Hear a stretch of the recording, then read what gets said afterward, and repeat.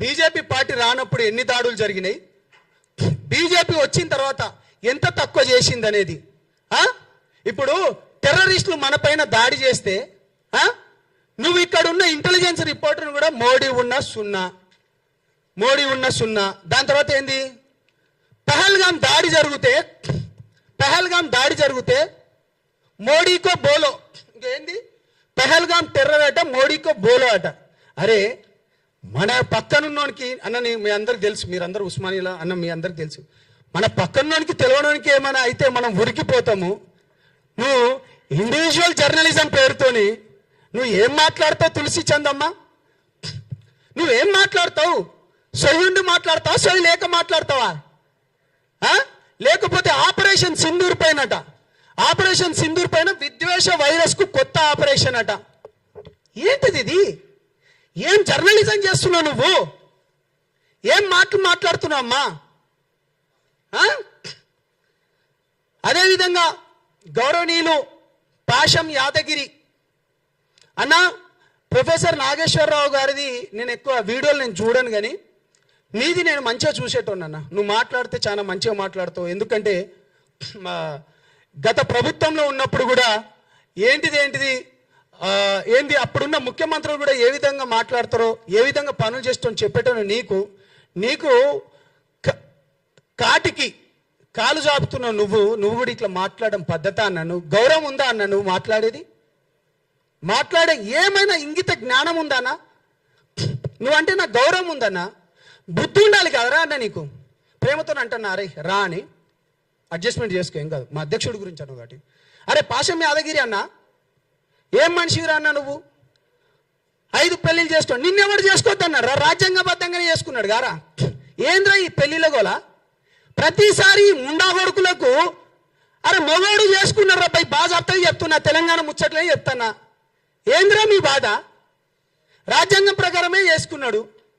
ఏనంటే 3 పెళ్లిళ్ళు, అరే వేషాలు వేసేటోళ్ళు, బూడిదలు పూసుకునేటోళ్ళు. నీకు వద్దన్నమన్నా. తెలంగాణ ఉద్యమంలో నేను తెలంగాణ సినిమా ఆర్టిస్ట్ అసోసియేషన్గా నేను పనిచేసిన, నేను జనరల్ సెక్రటరీగా ఉన్నా, అనేక మందికి నేను కార్డ్స్ ఇచ్చిన, నేను రియాలిటీ షో కూడా చేసిన.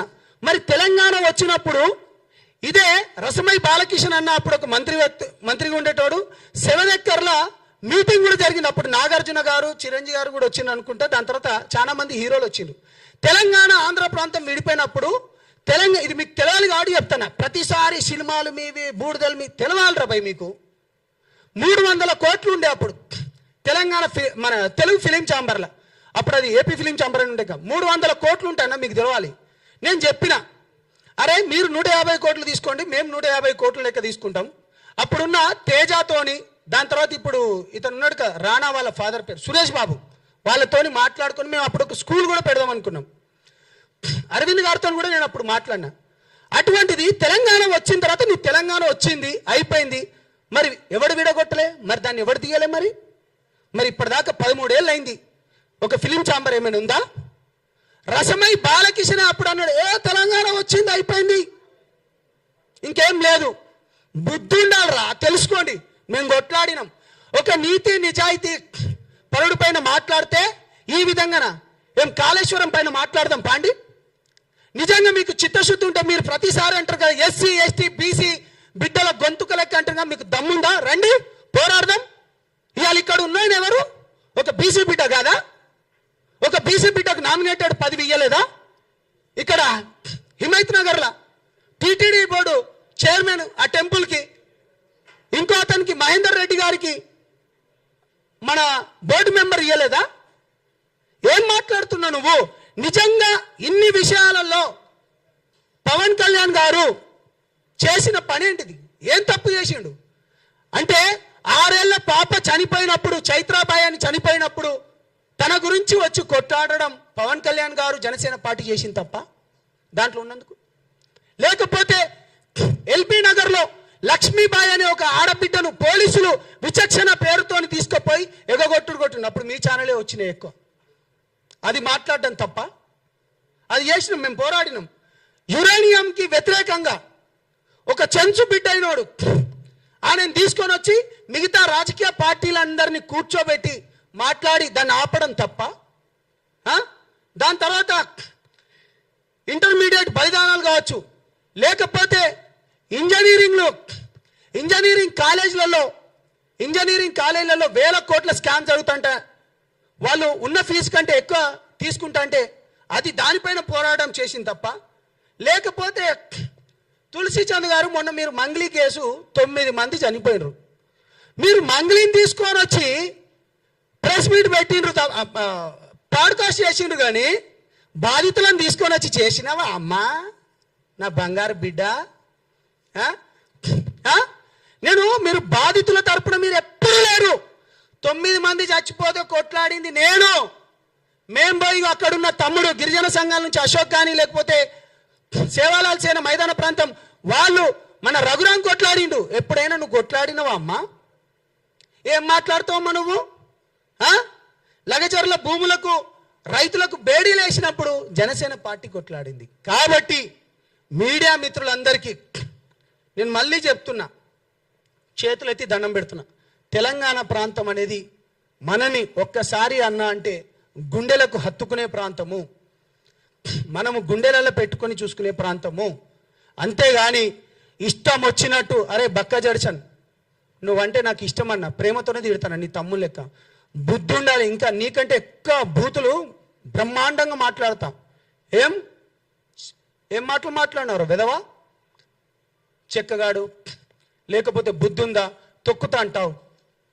అరే ఇది ప్రజాస్వామ్యం రా భయ్. నీకెట్లా మాట్లాడాలి, రాజకీయ పార్టీలు ఏ విధంగా పోటీ చేయాలో రాజ్యాంగం మాకు కూడా కల్పించింది, ఆ హక్కు మాకు కూడా కల్పించింది.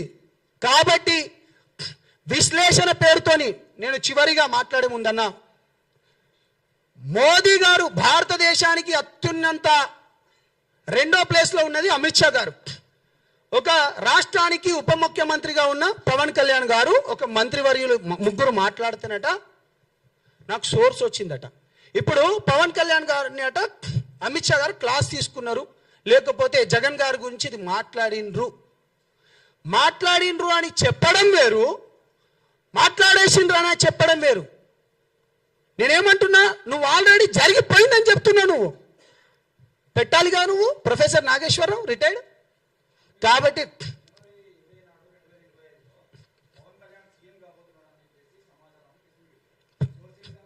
ఏది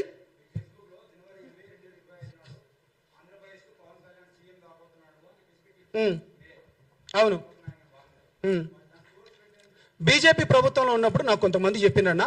ఒక్క నిమిషం నేను అదే చెప్తున్నానా. ఒక్క నిమిషం, మీరు 100 అడగండి, 100కు 100 చెప్తా. సోర్సు బీజేపీలో ఉన్నాడు. ఇప్పుడు మన ఓల్డ్ పీజీ హాస్టల్ దగ్గర మన అనేక. ఒక్క నిమిషం, నేను అదే చెప్తున్నా. వినండి. ఓల్డ్ పీజీ హాస్టల్లో బీజేపీ వాళ్ళందరూ ఇప్పుడు స్టేట్ వైస్ ప్రెసిడెంట్ కూడా ఉన్నాడు, మీ అందరికి తెలిసిందే. వాళ్ళ తరపు నుంచి మాకు వచ్చింది. ఏది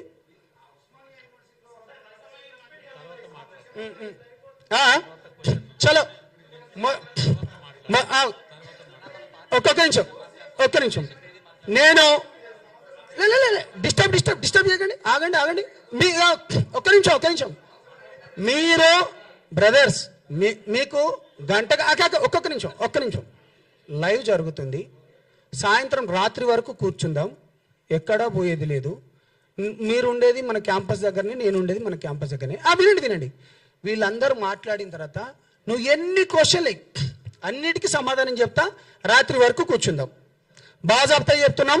హిందూ ధర్మం పైన, దేశం పైన మాట్లాడుతున్న పవన్ కళ్యాణ్ గారిని వ్యక్తిగత హననం పేరుతోని, విశ్లేషణ పేరుతోని కానీ, లేకపోతే ఇండివిజువల్ జర్నలిజం పేరుతో కానీ మీరు ప్రజాస్వామ్యంలో రాజ్యాంగం ఏమిచ్చిందో దానిపైన మీరు మాట్లాడుకోండి, మేము కాదనడం. కానీ వ్యక్తిగత హననానికి పోతే బాగుండదు. తస్మత్ జాగ్రత్త వెదవల్లారా అంటున్నాం. మిత్రుడు మన నందగిరి సతీష్ గారు మాట్లాడతారు, తెలంగాణ ఉద్యమంలో పనిచేసిన వ్యక్తి.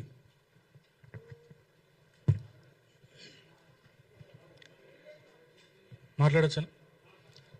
అందరికీ నమస్కారం. నా పేరు నందగిరి సతీష్, కుత్బుల్లాపూర్ నియోజకవర్గం, జనసేన పార్టీ కార్యకర్తని. ముఖ్యంగా మాట్లాడేది ఏంటంటే, నిన్న ఇదే సోమాజిగూడ ప్రెస్ క్లబ్లో ప్రొఫెసర్ నాగేశ్వరరావు గారికి మద్దతుగా తెలంగాణ క్రాంతి దళని ఒక రౌండ్ టేబుల్ సమావేశం ఏర్పాటు చేసుకున్నారు. అందులో వాళ్ళు మాట్లాడిన తీరు కానీ మా అధినేత పవన్ కళ్యాణ్ గారి గురించి వాళ్ళు మాట్లాడిన మాటలు కానీ జనసేన పార్టీ శ్రేణులకు కావచ్చు, యావత్ భారతదేశంలోనే ప్రపంచ స్థాయిలో ఉన్న పవన్ కళ్యాణ్ గారి అభిమానులు కావచ్చు నచ్చలేదు. ఎందుకంటే అది తెలంగాణ మీద ఆంధ్ర ఇనుప బూట్లు అని ఏదో హెడ్లైన్ పెట్టుకొని బ్యాక్గ్రౌండ్లో పోస్టర్ పెట్టుకొని మాట్లాడారు. అసలు ఈ అంశాన్ని, అసలు ఈ సమస్యని లేవనెత్తింది ఎవరు? ప్రొఫెసర్ నాగేశ్వరరావు గారే కదా.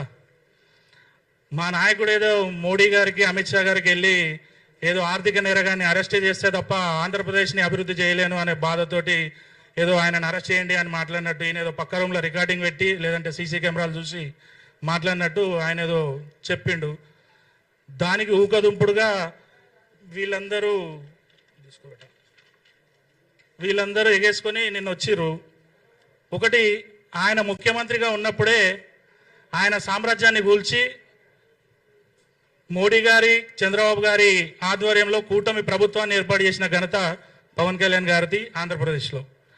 అదేవిధంగా నిన్న తెలంగాణలో మేధావులు, విశ్లేషకులు అని చెప్పుకునే కొంతమంది ఇదే ప్లేస్లో నోటికి ఎంత వస్తే అంత మాట్లాడుతూ ఇష్టానుసారంగా కళ్యాణ్ గారు ఏనాడు కూడా తెలంగాణ మీద విషయం చెమ్మింది కానీ, తెలంగాణకు వ్యతిరేకంగా మాట్లాడింది కానీ, రాష్ట్రం విడిపోద్దు అనే మాట కానీ ఏ ఒక్కరోజు కూడా ఎప్పుడు కూడా అనలేదు. మీడియా మిత్రులు మీ అందరికీ కూడా తెలుసు. ఏదో చిన్న చిన్న 2-3 ఉంటాయి, 11 రోజులు అన్నం తినలేదు అది ఇది అని చెప్పేసి. ఆయన ఎందుకు తినలేదు అనాల్సి వచ్చింది అంటే, తెలుగు మాట్లాడే వాళ్ళము, కలిసి ఉండాల్సిన ప్రజలము ఈ రాజకీయ కుట్రల వల్ల, రాజకీయ స్వార్థ నాయకుల వల్ల విడిపోతున్నారనే ఒక బాధతో తినలేదన్నాడే తప్ప ఏదో ఆంధ్ర తెలంగాణ విడిపోతుంది, ఆంధ్రలో నీడికి వెళ్ళగొడతారు అనే ఆ బాధతోని ఆ మాటలు మాట్లాడలేదు. దాన్ని వక్రీకరించేటోళ్ళు 100 రకాలుగా వక్రీకరించారు, అది వేరే విషయం. ఇంకోటి ఏంటంటే, ప్రాంతీయతను విస్మరించని జాతీయవాదం అని చెప్పి జనసేన పార్టీ 7 సిద్ధాంతాలలో ఇది ఒక సిద్ధాంతము. ఏనాడు కూడా ప్రాంతీయతను విస్మరించిన దాఖలాలు మా నాయకుడు చేయలేదు. మా స్టేట్ ఇన్ఛార్జ్ గారు కానీ, మా తెలంగాణ నాయకులు కానీ ఎప్పుడు కూడా ఆంధ్రాకి వ్యతిరేకంగా కానీ ఎప్పుడు కూడా మాట్లాడలేదు. ఎందుకంటే ఈరోజు